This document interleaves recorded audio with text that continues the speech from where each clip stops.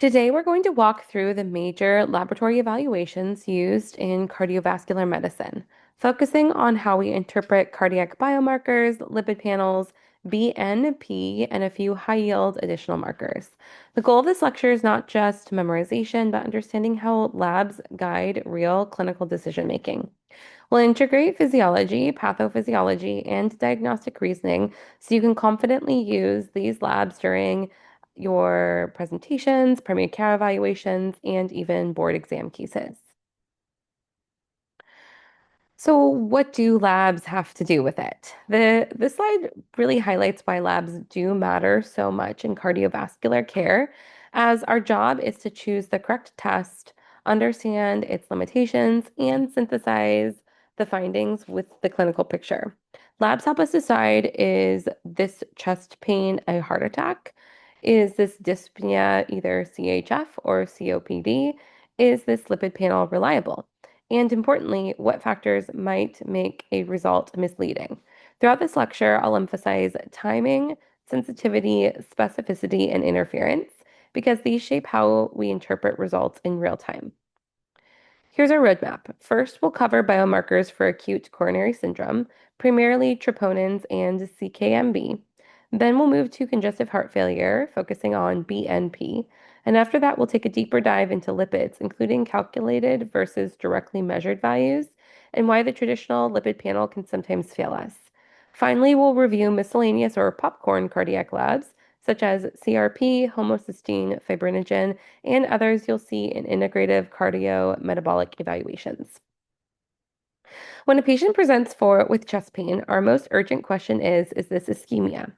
ACS or acute coronary syndrome labs help differentiate unstable angina and STEMI.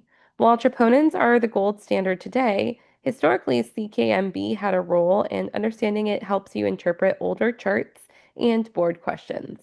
We'll walk through timing patterns, false positives, false negatives, and the difference between myocardial injury versus infarction. So this slide is a review of troponin kinetics. Troponin rises around 2 to 4 hours after injury, peaks at 12 to 24 hours, and can remain elevated for up to 14 days in a large MI, myocardial infarction. We measure troponin I, troponin T, and high sensitivity troponin. And troponins are highly specific to myocardial tissue, which is why they've replaced older biomarkers. Timing does matter. An early negative troponin does not rule out an MI if symptoms began 1 to 2 hours ago. So serial measurements are essential and gold standard. Troponin evaluation isn't always infarction. This slide highlights two major categories, ACS and non-ACS myocardial injury. Troponin is a structural protein, so anytime cardiac cells are stressed, stretched, or inflamed, troponin can leak into circulation. This is why the clinical context in EKG are crucial. A troponin rise without ischemic symptoms or EKG changes should prompt you to think about alternative etiologies. This is a great list of non-ischemic causes of troponin evaluation. Arrhythmias like atrial fibrillation with rapid ventricular response can raise myocardial oxygen demand. Conditions such as myocarditis, severe hypertension, or heart failure can cause cell injury without plaque rupture. Systemic causes, even like sepsis, hypoxia, pulmonary embolism, shock, stroke, and burns, all stress the heart. This is why troponin is a sensitive marker, but not a specific one. Interpretation must also be clinical. Troponin I is helpful because it's more cardiac specific and isn't falsely elevated in chronic kidney disease. A value of greater than 1 to 1.2 strongly indicates an MI. Levels will start to rise within 4 to 8 hours, and they'll peak within 12 to 48 hours, and they can stay elevated for up to 10 days. To rule out an MI, you need two normal values taken 3 to 6 hours apart. Troponin I is excellent for ruling out ACS because of its 100% sensitivity when drawn appropriately. Troponin I has a perfect sensitivity for an MI when timed correctly. Its specificity, though, is lower because unstable angina can show mild elevations. Advantages are it's more specific than troponin T, and it does not falsely elevate in chronic kidney disease, making it extremely helpful in patients that have renal disease, which is something you frequently see in both primary care and hospital settings. Troponin T will behave similarly to troponin I in terms of timing, as it rises at 48 hours and stays elevated for 4 to 10 days. It's also highly sensitive, but its specificity is even lower, particularly because CKD can falsely elevate it. On the upside, troponin T can be processed very rapidly in most labs and is part of high sensitivity troponin assays. Just remember, persistent elevation for days can make it hard to determine when a heart attack occurred. Troponin T's advantages include strong sensitivity and value in risk stratifying patients during and after ACS. But disadvantages include a lower specificity, especially in unstable angina and CKD, and long duration of elevation. If a patient had chest pain 4 days ago and still has elevated troponin T, that does not help distinguish ongoing injury from a prior event, which is one reason why clinicians have shifted heavily towards high sensitivity troponin protocols. Speaking of high sensitivity troponins, they detect extremely low concentrations, allowing for faster rule in and rule out of ACS.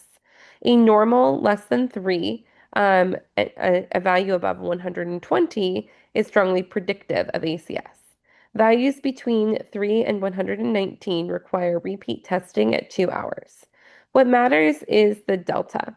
An increase of greater than 20 or greater than 20% from baseline indicates myocardial injury. The downside is that HS troponin is detectable in half of healthy adults, so the specificity is low. It's a fantastic rule out test and a decent rule in test when combined with clinical features and EKG findings. High sensitivity troponin is extremely useful because its negative predictive value is essentially 100%. If your HS troponin is normal and does not rise after repeat testing, you can confidently rule out a myocardial infarction, which is really helpful clinically. But the specificity is low, around 34%, which means a lot of people will have detectable elevations that are not due to ACS. Healthy individuals can have small detectable levels, and even 2% of normal patients may meet the positive cutoff. So for HS troponins, the take home is excellent for ruling out MI, but you must interpret positives carefully and always in context. CK or creatine kinase is a transferase enzyme that's activated by magnesium and involved in energy buffering in muscle tissue. Its job is to maintain ATP during sudden increases in energy demand, and we still see CK ordered in some clinical settings, especially for myopathies, rhabdomyolysis, or muscle trauma, but CK by itself is not specific to cardiac injury, which is why it really fell out of favor for MI diagnostics. But understanding CK is important because CK elevations often coexist in complicated cardiac patients. For example, those that have heart failure or who have also myositis or renal disease. CK has three isozymes, CKMB from the heart, CKMM from skeletal muscle, and CKBB from the brain and certain tumors. CKMB used to be the clinical standard for diagnosing MI before troponins became available. CKBB is usually only detectable in conditions like bowel infarction or certain cancers, and CKMM will be evaluated with anything that injures skeletal muscle, such as exercise, trauma, seizures, or inflammatory myopathies. The key here is that CK isozymes have overlapping patterns, which makes them less helpful for ACS compared to troponins. CK is really nonspecific, and elevations are nonspecific as well, as CK rises in numerous non-cardiac conditions, such as rhabdomyolysis, crush injuries, muscular dystrophies, hypothyroidism, dermatomyositis, seizure activity, and even IM injections. It also can raise up with pulmonary infection, or pulmonary infarction, embolism, or even acute aortic dissection. Because of this broad range of conditions, an elevated CK is rarely helpful for making an ACS diagnosis today, but it can be an important clue to simultaneous skeletal muscle injury or potentially systemic illness. The historic protocol for diagnosing an MI using CKMD-MB is listed here. It has been replaced now with troponin, but clinicians would obtain serial total CK values every 6 hours, And if elevated, they would fractionate the sample to see if CKMB was greater than 5% of the total. If so, that suggested an MI. This is now obsolete as troponins have fully replaced CKMB because troponins are more sensitive, specific, and easier to trend. But knowing this helps you interpret older patient records and understand why CKMB may still appear on certain cardiac panels. Some other cardiac biomarkers that are more non-specific for ACS, there are several. There are more ancillary markers. You could still potentially see myoglobin rises the fastest within 1 to 2 hours and peaks within 4 to 6 hours, but it really lacks specificity. AST was once used as a cardiac marker before you understood its liver association. It rises in MI, but also in many other conditions. Lactate dehydrogenase will peak late and stay elevated for up to 14 days. This can make it historically useful when patients presented late in onset with their ACS symptoms, but again, non-specific. And white blood counts will reflect an inflammatory stress to the body. They can help risk stratify an unstable angina, but these are all outdated for an MI diagnosis. They can be helpful historically or for broader clinical context. So this first case, our 58-year-old male presents to the emergency department with chest pain that started 4 hours ago while he was mowing the lawn. The pain is described as heavy sensation on his chest with radiation to his left arm and jaw. He has a history of hypercholesterolemia and smokes a pack of cigarettes per day. The patient looks pale and is sweating profusely. His blood pressure is 100 over 70 millimeters per mercury, heart rate is 110 beats per minute, and respiratory rate is 22 breaths per minute. An EKG shows ST segment elevation in the anterior leads. The ED team initiates standard treatment for MI and draws blood samples to measure cardiac biomarkers. So this first case is really setting up a very classic anterior STEMI, chest pressure radiating to the arm and jaw, diaphoresis, tachycardia, and ST elevations. Because the symptoms started 4 hours ago, troponins should already be rising, and he has all the classic risk factors, hypercholesterolemia, smoking, and age. This type of case reinforces the importance of correlating timing of symptoms with troponin kinetics and interpreting them alongside EKG findings, not in isolation. So, based off the information provided regarding troponin levels, which of the following results would you expect to find in this patient?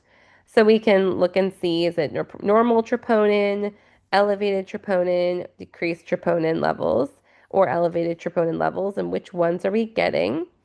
And so we could say normal troponin as the blood was drawn too soon after symptom onset. That doesn't feel likely because we had blood drawn after 4 hours of onset. It'd only be if this person presented like within the first 1 to 2 hours. Option B, elevated troponin T levels, likely reflecting cardiac injury. Sounds correct. I mean, after 4 hours post onset, troponin should be rising. Decreased troponin I levels consistent with non-cardiac cause of chest pain. This is really, at this point, physiologically impossible given the presentation. And elevated levels of US troponin or HSCTNT, indicating possible renal insufficiency. This incorrectly assumes kidney disease, and nothing in his history suggests renal insufficiency. And the answer, if we look here, is B. B is the best answer. So the second case, we have a 60-year-old female who presents to the ED with severe chest pain that started 10 hours ago. And this is again well within the window where troponins should be markedly elevated. She describes the pain as a heavy feeling on her chest with shortness of breath. She has a past medical history of type 2 diabetes and high blood pressure. On physical examination, she's diaphoretic with blood pressure that's elevated at 165 over 95 and a heart rate that's tachycardic at 102. An EKG shows ST segment elevation and leads V2 through 4. And the emergency team administers aspirin, nitroglycerin, and is preparing for percutaneous coronary intervention. A blood draw is taken to measure cardiac biomarkers. So at this 10-hour period, troponin should be at its peak or near its peak, which should make interpretation straightforward. And this case highlights that in ACS lab results support the diagnosis, but our EKG and clinical presentation are driving management first. So based off the information provided regarding troponin I levels, which of the following results would you expect to find in this patient? A troponin I level is less than 1. This would be incompatible with the EKG findings at this time. B, troponin 1 levels greater than 1.2, indicating high likelihood of myocardial infarction. This feels correct given that the patient was 10 hours post-pain onset. Troponin should be significantly elevated. C, normal troponin I as the pain started more than 6 hours ago. The levels should normalize. Troponins do not normalize this quickly after MI. They remain elevated for days. And option D, troponin I levels that are undetectable, ruling out ACS. This is really impossible because troponin is detectable even in non-cardiac illness. So this is a classic high-yield board question on troponin physiology. And again, B is correct. We'll stop here. When we come back, we'll go through some congestive heart failure labs.